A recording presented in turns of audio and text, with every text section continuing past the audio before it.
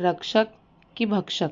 मुक्या जनावरांच्या रक्ताचा पैसा खाणारा, स्वतःला गोरक्षक समजणारा प्रतीक ननावरे हा संपूर्ण महाराष्ट्रामध्ये गोतस्करी करणाऱ्या जिवंत म्हशी व रेडे यांची अवैध तस्करी करणाऱ्यांकडून मोठ्या प्रमाणात खंडणी स्वरूपात पैसे घेतो. प्रतीक ननावरे यांनी 2 वर्षांमध्ये अमाप संपत्ती जमा केली.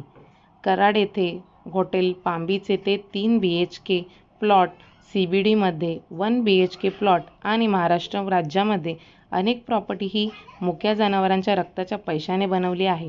प्रतीक ननावरे यांच्यावर बृहन्मुंबई शहर देवनार पोलीस स्टेशनमध्ये 14/3/2024 रोजी मुक्या गोवंश जनावरांची व बकऱ्यांची कत्तलीसाठी वाहतूक करणारे कसाई यांच्याकडून खंडणी वसूल केली म्हणून गुन्हा दाखल आहे.